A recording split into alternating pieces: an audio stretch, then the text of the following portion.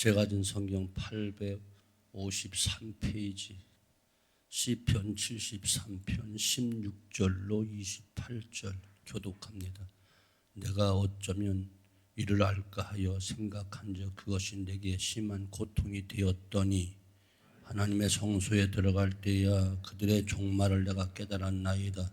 주께서 참으로 그들을 미끄러운 곳에 두시며 파멸에 던지시니 그들이 어찌하여 그리 갑자기 황폐되었는가 놀랄 정도로 그들은 진멸하였나이다. 주여 사람이 깬 후에는 꿈을 무시함같이 주께서 깨신 후에는 그들의 형상을 멸시하시리이다. 내 마음이 산란하며 내 양심이 찔렀나이다. 내가 이같이 음에 무지함으로 주 앞에 내가 항상 주와 함께하니 주께서 내 오른손을 붙드셨나이다. 주의 고운으로 나를 인도하시고 후에는 영광으로 나를 영접하시리니 하늘에서는 주 외에 누가 내게 있으리요 땅에서는 주밖에 내가 사모할이 없나이다. 내 육체의 마음은 서약하나 하나님은 내 마음의 반석이시요 영원한 분깃이시라. 무릇 주를 멀리하는 자는 망하리니 음녀같이 주를 떠난 자를 주께서 다 멸하셨나이다. 하나님께 가까이함이 내게 복이라. 내가 주 여호와를 나의 피난처로 삼아 주의 모든 행적을 전파하리이다. 아멘. 엊그제 우리는 의로운 사람이 고통을 당하고 악인들이 형통하게 사는 것을 이해하지 못한 시편 기자의 갈등을 겪는 모습을 우리가 엊그제 배웠어요. 갈등을 겪는 시인은 결국 크게 신앙이 흔들리지요. 시련이 얼마나 큰지 때로는 하나님을 원망하기도 합니다. 이런 결과는 그 원인이 하나로 묶어본다면 나의 이성과 지식으로 도저히 납득이 가지 않기 때문에 이런 원망과 불평과 또한 많은 시험에 드는 경우가 있어요.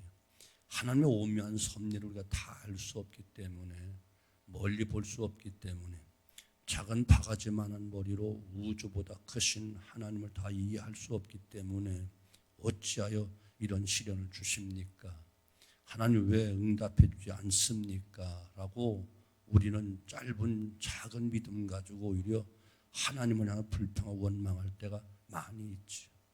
하나님 지으신 만물의 하나인 태양조차도는 제대로 바라볼 수가 없는 연약한 인간이 마치 하나님 전부를 알고 있는 양 하나님을 불평하고 원망할 때가 많이 있습니다. 그러나 하나님의 섭리는 인간의 지시, 인간의 이성 안에서 이루어지는 것이 결코 아니라는 사실을 믿으셔야 돼요. 만약 그렇다면 그분은 신이 될 수가 없지요. 그럼에도 불구하고 인간은 인생이 자신의 생각대로 원하는 대로 이루어지지 않을 때 절망하게 되고 좌절하고 불평, 원망하게 됩니다. 시편 기자도 그랬어요. 2절과 3절 보면 나는 거의 넘어질 뻔하였고 나의 걸음이 미끄러질 뻔하였으니 이는 내가 악인의 형통함을 보고 오만한 자를 질투하였음이로다. 이렇게 고백하고 있어요. 극한 악인들의 형통함을 보고 원망하고 오만한 자들 향해서 질투를 퍼붓던 그는 넘어질 뻔하고 미끄러질 뻔했다. 이렇게 고백해요. 여기 미끄러질 뻔했다 이 말은 배교할 뻔했다. 곧 신앙생활 잘하던 그가 삶의 현장에서 시험에 크게 빠져서 믿음이 크게 흔들리고 한마터면 하나님 버릴 뻔했다. 믿음 잃어버릴 뻔했다. 이 정도까지 그가 큰 마음의 불평, 원망, 시험이 있었다는 거예요. 여전히 우리가 아는 그대로 하박국 선지자도 그런 고백을 했던 거 우리가 잘 알고 있죠. 자, 그런데 이와 같이 넘어질 뻔하고 또한 미끄러질 뻔하고 배교할 정도로 하나님 떠날 정도로 믿음을 저버릴 정도로 큰 시험에 빠져 있고 불평, 원망하던 그가 16절, 17절 보면 위대한 고백을 하는데 내가 어쩌면 이를 알까요 생각한즉 그것이 내게 심한 고통이 되었더니 하나님 성소에 들어갈 때야 그들의 종말을 내가 깨달았나이다. 어떻게 해야 이 고민을 해결할까? 고민하고 또 고민했다는 거예요. 근데 고민하면 고민할수록 더욱 심해지고 믿음조차 흔들리고 아예 주님을 떠날 그 지경까지 갔다는 거예요. 그 문제는 바로 의인이 고난을 당하고 악인들이 너무 형통한 이유를 도무지 알 수 없고 이해할 수 없기 때문에 살아계신 하나님이 있다면 어떻게 악인들이 저처럼 번창하고 오히려 의인들은 고통을 당하는가. 이것이 큰 고민이요 불평이요 원망이었다는 거예요. 이 문제 때문에 배교할 뻔했다는 거예요. 넘어질 뻔했고 그거는 미끄러질 뻔했다는 거예요. 하마터면 하나님 버렸을지 몰랐다는 고백을 그대로 하는 거예요. 그런데 17절에 보니까 그들의 종말을 내가 깨달았나이다. 깨닫게 됐다. 근데 어디서 깨달았는가? 성소에 들어갈 때 비로소 깨달았다. 아멘. 여러분은 어떤 불평 원망도 있을 수 있겠고 시험도 있을 수 있겠고 아픔도 있을 수 있겠고 삶의 모든 고난도 있을 수 있겠고 영육간의 모든 어려움이 있을 수 있을 터인데 분명한 사실은 세상 어디에서 해결할 수 없는 그것 성소를 찾아야 해결이 되는 거예요. 하나님 앞에 나와야 답을 얻을 수 있는 거예요. 영육간의 모든 문제가 다 똑같아요. 여러분 불평과 원망이 생기나요? 시험거리가 들어오나요? 고난이 있는가요? 아픔이 있는가요? 여러분 그래서 하나님 살아계시다면 왜 이런 고통이 있고 어려움이 있는가? 아직도 풀리지 않은 문제가 있나요? 성수에 오셔야 돼요. 기도자리 지켜야 돼요. 기도자리를 앉아야 돼요. 기도해야만 풀려져요. 그래야만 답을 얻습니다. 기도 외에는 결코 다른 것이 없다고 주님 말씀했기 때문에 거룩한 성전에 나와 무릎을 꿇어야 답을 얻습니다. 무릎을 꿇어야 앞이 보입니다. 무릎을 꿇어야 영의 눈이 열립니다. 무릎을 꿇어야 하나님의 음성을 들을 수 있습니다. 무릎을 꿇어야 하나님과 직결하여 하나님과 연결되어 그 뜻을 알 수가 있습니다. 아멘. 하나님을 버리고 배교할 만큼 큰 번민과 갈등으로 헤매더니 이제야 깨닫게 되었다는 거예요. 악인들의 형통함을 방관하고만 계신 하나님이 아니면 결국 악인들이 망하고 의인들의 최후의 영광을 누리게 된다는 것을 바로 성소에서 기도하는 가운데 깨닫게 되었다는 거예요. 여러분 성전 찾으세요. 고민이 있습니까? 성전 찾으십시오. 기도하십시오. 무릎 꿇으십시오. 하나님 찾아보십시오. 지혜로우신 하나님 지혜 주실 것이고 능력이 하나님 능력 주실 것이고 분별의 하나님께서 분별하게 하실 것이고 우리가 각양 은사를 통해서 역사하실 거예요. 하나님 지혜의 은사를 주셔서 또한 우리를 깨닫게 하실 것이고 분별의 은사를 주셔서 선과 악을 분별하게 될 것이고 분명히 하나님이 분별하게 만들어주고 깨닫게 만들어 주신다니까요. 아멘. 주께서 참으로 그들을 미끄러운 곳에 두시며 파멸에 던지시니 그들이 어쩌여 그리 갑자기 황폐되었는가 놀랄 정도로 그들이 천멸하였나이다. 악인의 형통함을 영원히 허락하지 아니하시고 제대로 걸을 수 없는 미끄러운 길을 걷어 한순간에 미끄러도 파멸하게 하시고 순식간에 망하게 하신 하나님 발견하고 공의의 하나님을 드디어 확신하게 되었다. 이것이 바로 오늘 시편 기자의 고백인 거예요. 잠언서 24장 16절 보면 대저 의인은 7번 넘어질지라도 다시 일어나거니와 악인은 재앙으로 말미암아 엎드러지느니라 분명히 말씀하고 계시고 잠언서 24장 20절 대저 행악자는 장래가 없겠고 악인의 등불은 꺼지리라 말씀하고 계시는 거예요. 절대로 악인의 장래는 보장이 없습니다. 반드시 망하게 하신다는 하나님의 선포만 있을 뿐이에요. 영육이 함께 망하게 됩니다. 악인의 형통은 장래가 길지 못합니다. 그 형통은 보장이 없습니다. 보장이 있다면 단 한 가지 망한다는 보장밖에 없는 겁니다. 아멘. 이런 하나님의 섭리를 깨달은 시인은 시편 25절에 보면 감사의 고백을 하는 거예요.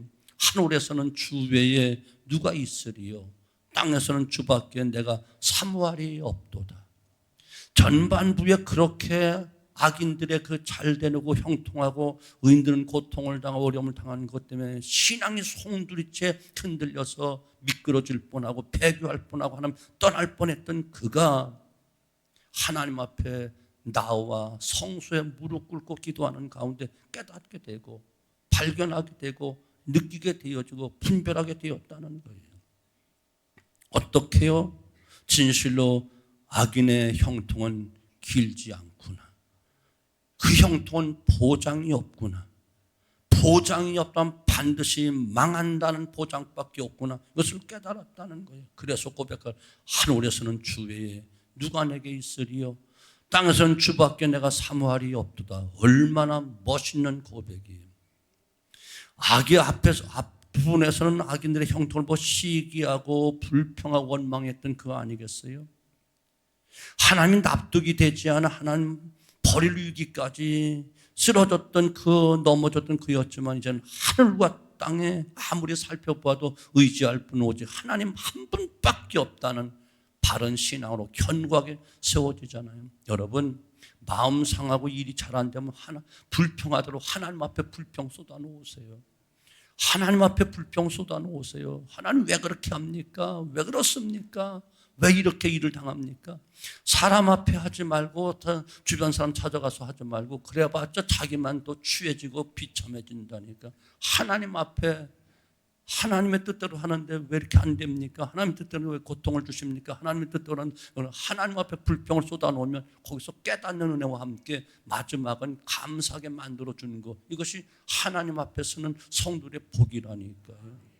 아멘. 이것이 굉장히 중요한 거예요.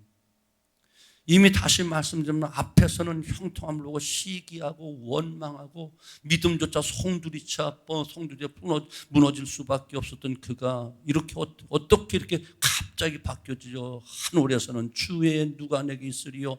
땅에서는 주밖에 내가 사모하리가 없다. 의지할 사람 하나도 없고 오직 하나님밖에 없다는. 큰 시련 만나면 하나님 원망하고 불평하는 연약한 우리의 모습 가질 수 있어요. 그러나 결국은 진실로 그 마음속에 믿음을 하나님 선물로 주신 자는 결국 하나님 앞에 나올 수밖에 없고 하나님 한 분만 의지할 수밖에 없고 왜? 그렇게 하나님이 택하셨기 때문에 믿음을 주셨기 때문에 방황하고 돌아봐도 결국은 그 자리에 돌아올 수밖에 없는 거예요. 이것이 놀라운 하나님의 은혜라는 거예요. 하나님 결국 우리를 버리지 않고 떠나지 않고 내어쫓지 않고 결국은 돌아오게 만들어준다는 거예요. 그리고 어떻게 한다고요?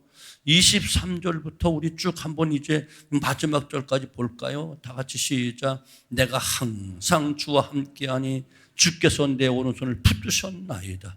주의 교훈은 나를 인도하시고 후에는 영광으로 나를 영접하시리. 하늘에선 주 외에 누가 내게 있으리요? 땅에선 주밖에 내가 사모할이 없나이다. 내 육체와 마음은 쇠약하나 하나님은 내 마음의 반석이시요 영원한 분기시시라. 무릇 주를 멀리하는 자는 망하리니 음녀같이 주를 떠난 자를 주께서 다 멸하셨나이다. 하나님께 가까이 함이 내게 복이라. 내가 주 여호와를 나의 피난처로 삼아 주의 모든 행적을 전파하리이다.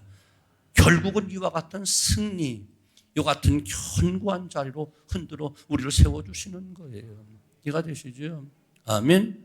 나무를 심을 때 우리가 나무 심어 보셨죠? 나무 심을 때 웅덩이 파고 나무 놓고 물 주고 또 흙을 다 믿고 꾹꾹 밟지만 않아요. 어떡하죠?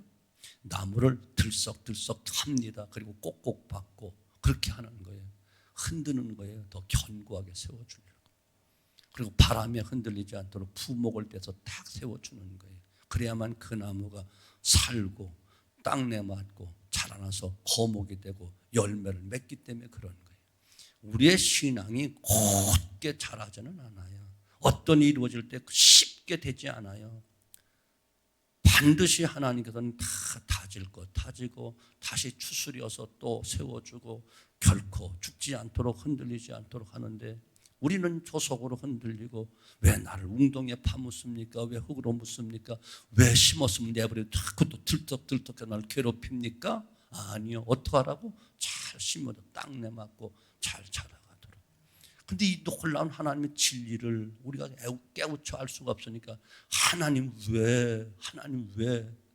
세상 잡목 같으면 내버려 두지, 화목 같으면 내버려 두지, 지멋대로 크다가 잘라서 불태워버릴 건데. 그러나 과실수, 목적 있는 나무는 그렇게 내버려 두지 않는다니까.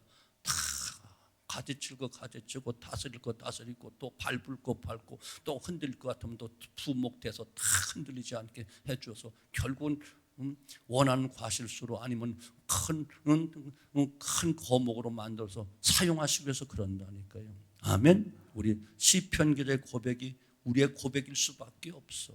우리 어떤 상황이 되면 또 원망하게 되어지고 어떤 상황 되면 또 주저앉게 되어지고 왜? 우리 내일 일을 모르니까 잠시 일도 모르니까 내 맘대로 다 할 수 있다면요 뭐 흔들리겠어? 왜 갈등하겠어? 왜 두려워하고 염려하겠어? 그런데 내 맘대로 되는 게 아니야. 하나님 뜻대로 되는 것이야. 내 이성대로 다 하나님 이해가 된다면 내가 하나님이지 하나님은 하나님이 될 수가 없잖아요. 그렇기 때문에 우리는 오직 무엇으로? 믿음으로 살 수밖에 없는 것이고 그래서 기도하면서 또 하나님께 묻기도 하고 흔들렸던 믿음도 다시 견고하게 세우기도 하고 하나님도 의지하면서 또 우리를 굳건하게 그러면 조금씩 자라가는 거예요. 그것도 성숙이니까 아이가 그냥 바로 곧게 자라지 않아요. 아픈 병 치료하면서 자라가게 있는 거예요. 어렸을 때 아이들이 아픈 것은 더 참 무엇인지 한 가지씩 배우고 자라가게 하기 위한 것이고 늙어서 아프면 늙어가는 거야. 늙었을 때 아프면요 점점 팍팍 사그러져요. 그런데 어렸을 때 아픈 것은 한 가지 배운다니까 쑥쑥 자라게 돼 있다니까. 사랑하는 성도 여러분, 오늘 하나님의 섭리가 내 생각과 다르다고 원망하거나 불평하지 마십시오. 다른 것이 아니고 우리가 하나님의 뜻을 깨우쳐 알지 못하기 때문에 이해하지 못하기 때문에 멀리 보지 못하기 때문에 그래서 우리는 오늘 내 마음대로 안 될 때 내 뜻대로 안 될 때 불평 원망할 수가 있습니다. 인간은 신묘한 막측하신 하나님의 뜻을 알 수 없는 존재임을 꼭 기억해야만 됩니다. 오직 감사와 찬양과 오직 기도 예배를 통해서 하나님의 뜻을 조금씩 알아가는 거예요. 하나님께 기도한다고 어떤 문제가 기도한다고 전체를 다 알려주시지 않아요. 그 우린 종종 은하에게도 이야기해요. 우리의 신앙생활은 자동문과 똑같다. 다 문 앞에 서면 하나님이 열어주신다. 하나님 미리 다 열어놓고 이 대로로 가라. 절대로 그렇게 안 하신다. 자동문처럼 그 답답하고 다 암담하고 열리지 않을 것 같은데 자동문처럼 그 문제 앞에 딱 서서 딱 가까이 가면 그때 척커덕하고 열리고 또 가다 보면 또 다음 문이 또 기다려 있다. 매일같이 이런 삶이다. 그러면서 오늘날 한순간에 잘 안 된다고 불평원망하지 말고 또 왜 앞에 내 대로가 열리지 않는가 그게 멀리 보려고 그냥 열려지지 않는 거 미리 보고 염려 걱정하지 말고 믿음으로 다 자동문 앞에 서면 열리고 자동문 앞에 서면 열리고 지금까지 여러분 인생이 다 그랬죠. 다 알고 오신 분이 있나요? 없잖아요. 아멘. 오늘도 이 거룩하시고 위대하시고 지혜로우시고 나를 나보다 더 잘 알고 계시고 더 잘 되기 원하시고 아멘. 우리 부모들이 자신은 먹지 못하고 배우지 못하고 알지 못하고 자식들 가르치려고 더 잘 되게 하려고 하는 것 아니겠어요? 아멘. 우리 하나님 독생자들도 아낌없이 내어준 하나님께서 모든 것을 우리를 위해서 더 좋은 것을 준비하시기 위해서 오늘 훈련과 연단 가운데 두신다는 사실 깨닫고 오직 감사할 수 있기를 주님으로 축원합니다. 우리가 하나님이 지으신 저 태양조차도 오늘 똑바로 바라볼 수가 없잖아요. 눈이 부셔서 눈을 뜰 수가 없잖아요. 바라보려고 하면 더 눈이 부시잖아요. 하물며 하나님이 지으신 작은 한 피조물 태양도 제대로 바라보지 못하면서 우주 만상을 다 지으신 하나님 뜻을 다 어떻게 알고 우리가 신앙생활을 한다고요? 그럼 하나님이 아니라니까요. 그분은요. 내가 하나님이지. 우리는 한 걸음씩 인도하시며 감사해야만 되는 거예요. 전에 훌륭하신 빌리 그레엄 박사님이 세계적인 부흥 강사 그분이 가는 데마다 집회할 때마다 꼭 따라다니면서 찬양 사역하는 분이 있는데 맹인이었어요. 그분이 한 유명한 말이 있어요. 나는 항상 집회 때마다 나를 안내하는 분이 나를 안내할 때에 멀리 저 10m 또 한 20m 앞에 무엇이 있습니다 말하지 않습니다. 바로 발 앞에 돌이 있습니다.